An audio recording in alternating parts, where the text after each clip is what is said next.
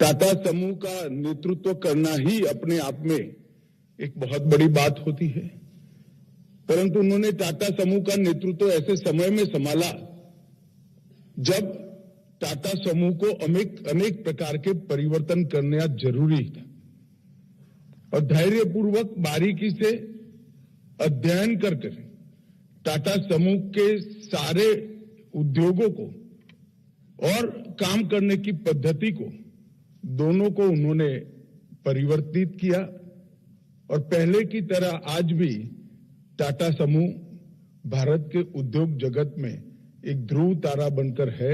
उसमें रतन टाटा जी का बहुत बड़ा योगदान है। देश के अंदर सूचिता के साथ अपने उद्योग का, अपने समूह का विकास करना, देश के सारे कायदे कानून और रूल्स रेगुलेशन इसका पूर्णतः पालन करते हुए अपने उद्योग समूह को प्रमुख स्थान पर बनाए रखना और इसके साथ साथ अपने ट्रस्ट के माध्यम से देश की सभी समस्याओं का समाधान कर एक अच्छा समाज बनाने का प्रयास भी करना, चाहे अनुसंधान का क्षेत्र हो, चाहे मैनेजमेंट का क्षेत्र हो, चाहे एजुकेशन का क्षेत्र हो, चाहे कैंसर के इलाज की सारी सुविधाओं को देश के हर हिस्से में पहुंचाना हो। रतन टाटा जी के नेतृत्व में टाटा समूह ने इसको बहुत अच्छे से कर दिखाया है। आज श्री रतन टाटा जी हमारे साथ नहीं रहे हैं, परंतु उन्होंने जो लेगेसी छोड़कर जा रहे हैं वो लंबे समय तक देश के औद्योगिक क्षेत्र में काम करने वाले, नेतृत्व करने वाले सभी लोगों के लिए पथदर्शक बनेगी, रास्ता बताती रहेगी, इसका मुझे भरोसा है।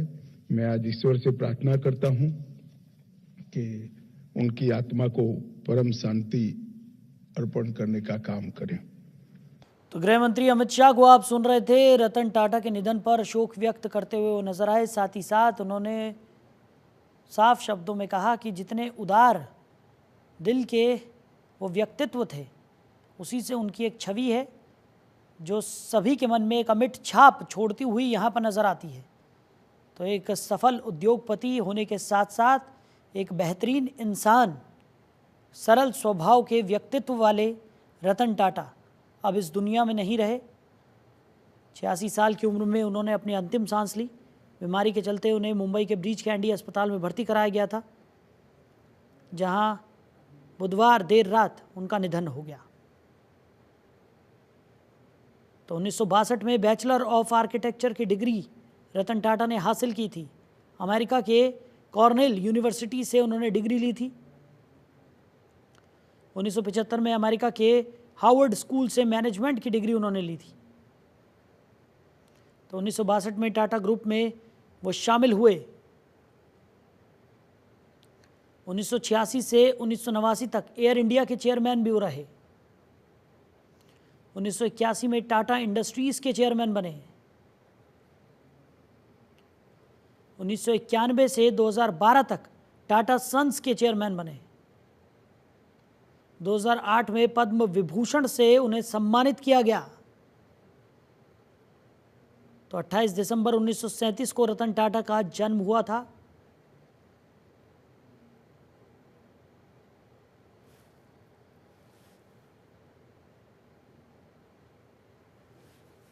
तो पूरे देश भर में रतन टाटा के निधन पर शोक की लहर है। पूरा देश शोक में डूबा हुआ है। लोग अपने अपने तरीके से उन्हें श्रद्धांजलि देते हुए नजर आ रहे हैं।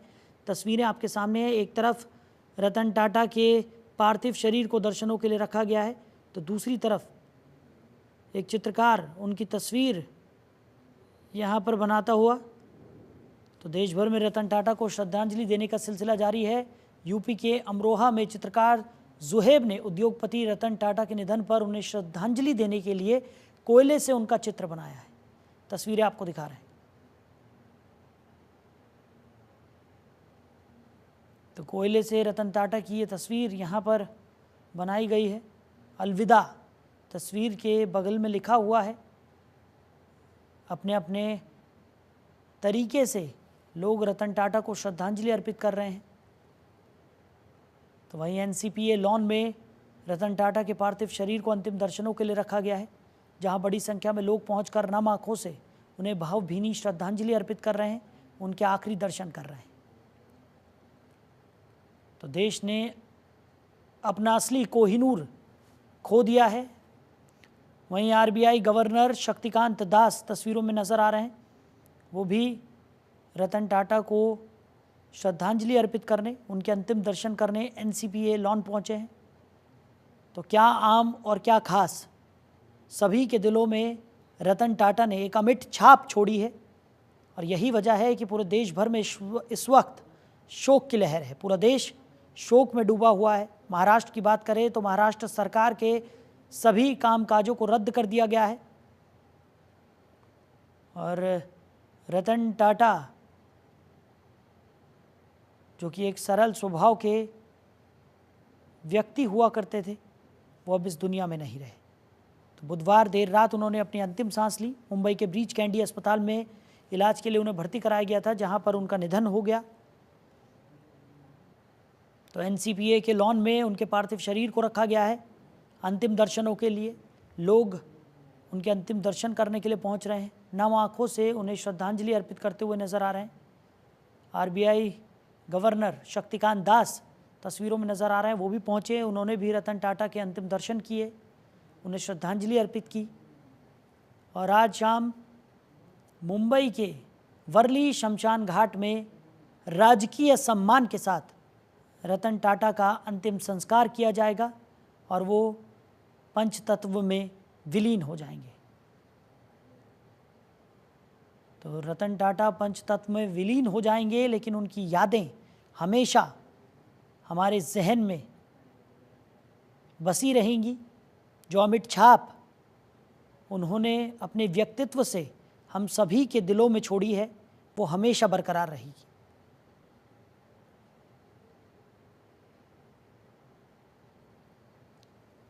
तो राष्ट्रपति द्रौपदी मुर्मू, प्रधानमंत्री नरेंद्र मोदी, गृह मंत्री अमित शाह, रक्षा मंत्री राजनाथ सिंह, बीजेपी के राष्ट्रीय अध्यक्ष जेपी नड्डा, कांग्रेस नेता राहुल गांधी समेत तमाम दिग्गजों ने उन्हें श्रद्धांजलि अर्पित की है, उनके निधन पर शोक व्यक्त किया है।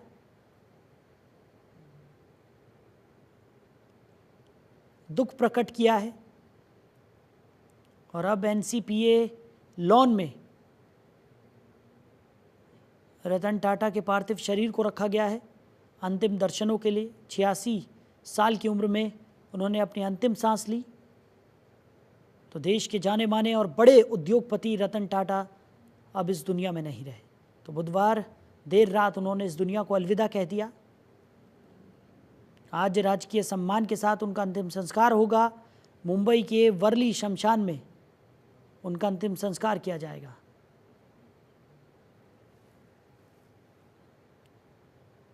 तो पद्म विभूषण से भी रतन टाटा को सम्मानित किया जा चुका है। के साथ जाते हुए व्यक्ति को देखते हैं तो कल्पना करते हैं कि गरीबों को भी कार मिलना चाहिए। तो ये लखटकिया कार का स्वप्न देखा, 1 लाख में कार मिलना चाहिए।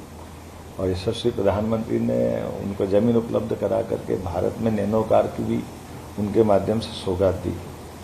ऐसी पुण्य आत्मा का हमारे बीच में सजाना ये पूरे भारत के लिए, और भारत तो क्या हमारे अपने, मैं मान के चलता हूँ कि जिस प्रकार से उनकी शख्सियत है, ये सभी लोगों के लिए बहुत बड़ा दुखद क्षण है। हमारे बीच में स्वर्गीय रतन टाटा नहीं रहे हैं।